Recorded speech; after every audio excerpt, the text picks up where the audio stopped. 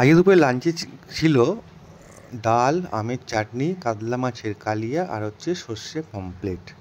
তো আমি ভাত নিয়েছিলাম আর তার সঙ্গে দিয়েছিল ঝুরি ঝুরি আলু ভাজা, ভেন্ডি ভাজা আর হচ্ছে উচ্ছে ভাজা। ডালটা ঘন মুগ ডাল, দেখুন দারুণ খেতেও টেস্ট হয়েছিল। আমি তো প্রথমে একটু মুগ ডাল ভাতের সঙ্গে মেখে ভেন্ডি ভাজা আর আলু ভাজা দিয়ে খেলাম, দারুণ খেতে। ভেন্ডিগুলো ভালো ছিল, একদম পরিষ্কার একদম। তো ভালো করে ভাতটা মেখে তারপরে আমি নিয়েছিলাম কাতলা মাছের কালিয়া। মাছটা সাইজটা দেখুন দারুণ, গ্রেভিটাও খুব সুন্দর ছিল, দেখেই বুঝতে পারছেন আপনারা গ্রেভিটা কত সুন্দর। তো আমি মাছটা নিই, মাছটা দেখাচ্ছি আপনাদেরকে। মাছটাও একদম ফ্রেশ ছিল, দেখুন মাছটাও একদম ফ্রেশ মাছ। মাছটাও টেস্ট দারুণ ছিল একদম। তো আমি এটা দিয়ে তো পুরো ভাতটাই খেয়ে ফেলেছিলাম।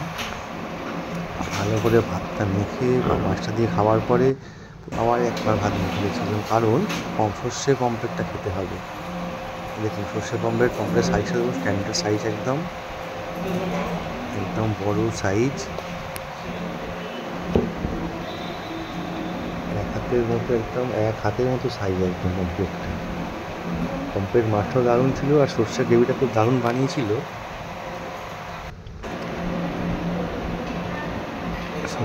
পমফ্রেটটা দেখুন, একদম সাদা পমফ্রেট একদম। সর্ষেটাও দারুণ ছিল, সর্ষেটা গ্রেভিটা দিয়ে আমি পুরো ভাতটা খেয়ে ফেলেছিলাম। তো আপনারা কাদের পমফ্রেট সর্ষে ভালো লাগে খেতে অবশ্যই জানাবেন।